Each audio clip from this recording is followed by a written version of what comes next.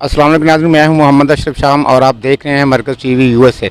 नाज़रीन, इस वक्त हम जी10 मरकज़ इस्लामाबाद में एक ऐसी मार्केट में मौजूद हैं जहां पे हमारी बहन एक खातून है जिनका शौहर जो उन्होंने हमें बताया कि वो नशा करता है, लेकिन वो अपने 5 बच्चों का पेट पालने के लिए रोज़ाना छोटी मोटी चीज़ें की जो मुख्तलिफ मार्केटों में ख़रीदो फरोख्त होती है वहाँ पे जाके अपनी वो चीज़ें बेच कर अपना गुजर बसर कर रही है।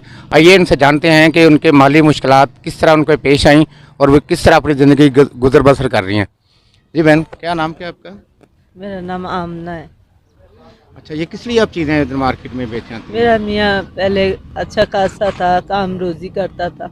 मेरा बेटा बिजली लग के बड़ा 13 साल का फौत हो गया। अब्दुर्रहमान उसका नाम था।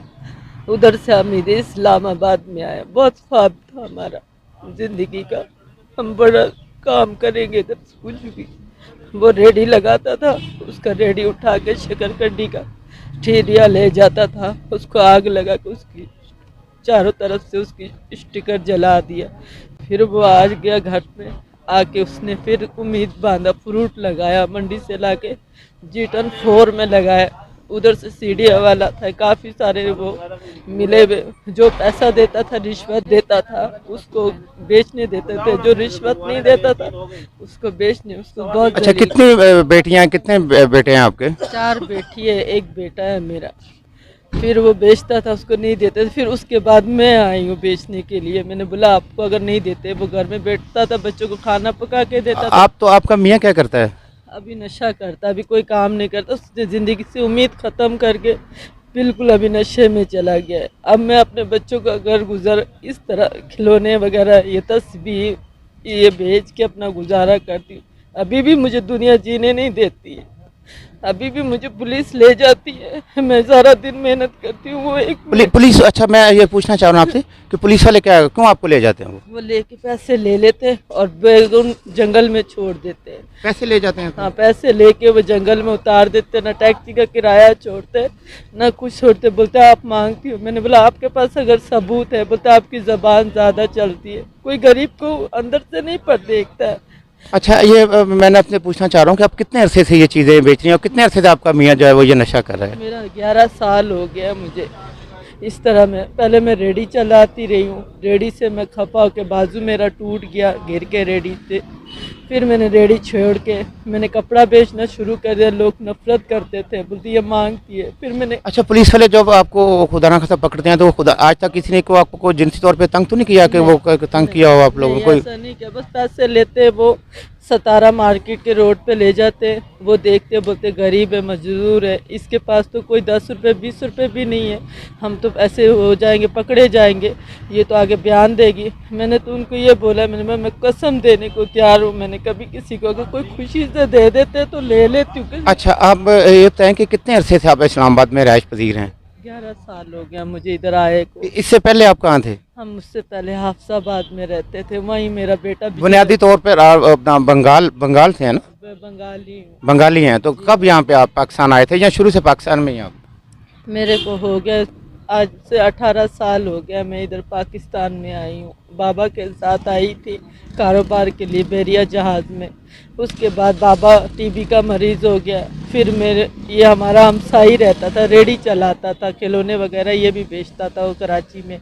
वहाँ हमारी शादी हुई, वहाँ से ये अपने गांव में आ गया है बच्चों को लेकर। हमारे वहाँ 2 बच्चे हुए, वहाँ से हम आके हाफसाबाद में हमारा ज़िंदगी गुजारा। जब बेटा फौत हो गया, अब्बू फौत हो गया, फिर हम इस्लामाबाद में शिफ्ट हो गया। हमें अच्छा नौकरी मिलेगा, अच्छा कारोबार होगा। अच्छा, ये बताएं आजकल तो महंगाई तो हर चीज़ दुगनी तिगनी हो चुकी है, तो फिर आप किस तरह गुजर बसर करते हैं? कभी ऐसा भी हुआ है कि घर में कुछ नहीं है और आपको भूखे सोना पड़ा हो आपको बच्चों को? ऐसे तो काफ़ी दिन होता है, जब बारिश होता है अक्सर ऐसे होता है। कभी कुछ चीज़ होता है घर में, कभी नहीं होता है। बच्चे सर्दी होती है, जूते नहीं है स्कूल के, कभी कोई चीज़ पूरा करती हूँ, कभी कोई चीज़। कभी ऐसा हुआ 2 रोटी लाए, उसको 4 पीस किया पानी के साथ भी मेरे बच्चे। जो आपके उधर हमसाए हैं कभी उन्होंने भी ये नहीं देखा कि आपके घर में कुछ खाना नहीं? वो हमसे नफरत करते, वो बोलते आप ये चीज़ें बेचती हो, आप क्यों नहीं कोठियों में काम? अगर मैं कोठी में काम करती हूँ 15,000 मैं किराया दूँ, बच्चों का फीस दूँ या मैं उनको खाना दूँ? मुझे ये बता 15,000 में मैं कहाँ पूरा करूँ? अभी ये 800 भी बन जाता है, 500 भी बन जाता है। इससे चलो मेरा गुजारा तो चल रहा है ना।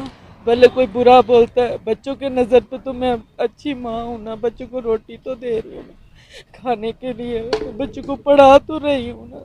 अपनी कोई ज़िंदगी का कोई सफ़र नहीं है, बस बच्चे है और मैं हूँ। मेरे इस दुनिया में बाबा था, वो भी चला गया, अब मेरे बच्चे और मैं। आपका कोई और रिश्तेदार नहीं है इधर इस्लामाबाद में कोई? मेरी सुतेली माँ है, उन्होंने कभी पूछा नहीं। उसमें से मेरे बाप के 2 बच्चे, एक शहजादी कासिम है, वो आज ज़मीनों का प्रॉपर्टी डीलर है। मैं उनके दरवाजे में गई हूँ 8 साल के बाद, उन्होंने हम 3 दिन 4 दिन रोटी दिया। कराची में रहते लियारिया एक्सप्रेस 36 में उसका उनका घर है। उन्होंने 1-2 दिन रोटी दिया। अरे बाजी आप कब जाओगे अपने घर?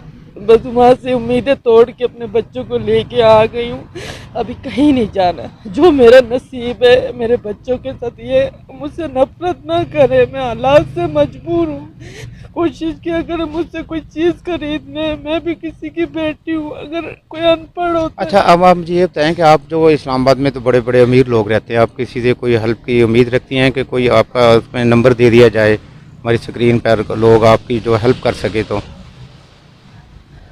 आजकल तंग करते हैं, नंबर काफियों ने मुझसे लिया है। कब आओगी, किधर जाओगी, हमारे से चलोगी? गलत बात बोलते हैं, इसलिए मेरा डर लगता है। मैं किसी से नहीं उम्मीद रखती, सिर्फ अल्लाह की ज़ात से उम्मीद रखती हूँ, जिसने मुझे पैदा किया, जिसने मुझे दुख दिया, वही मेरा दुख समझेगा और कोई नहीं चले, हम ऐसा करते हैं कि आपकी इस मजबूरी को समझते हुए अपने मरकज़ टीवी का जो नंबर है ना, तो वो हम इंशाल्लाह स्क्रीन पे वो नुमाया कर देंगे। तो आपसे भी हम राब्ते में रहेंगे, आप भी जब आएँ हमारे दफ्तर कभी तो आप इस हवाले से हमसे पूछ सकती हैं।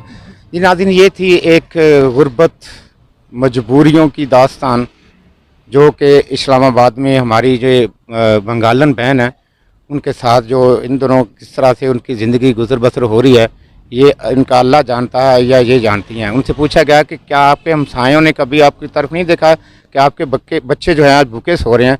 तो उसने कहा कि नहीं, हमारे हमसाए हैं, जो हमारे रिश्तेदार हैं, वो सब हमसे नफरत करते हैं। मुझे दे दीजिए इजाज़त। अल्लाह हाफ़िज़।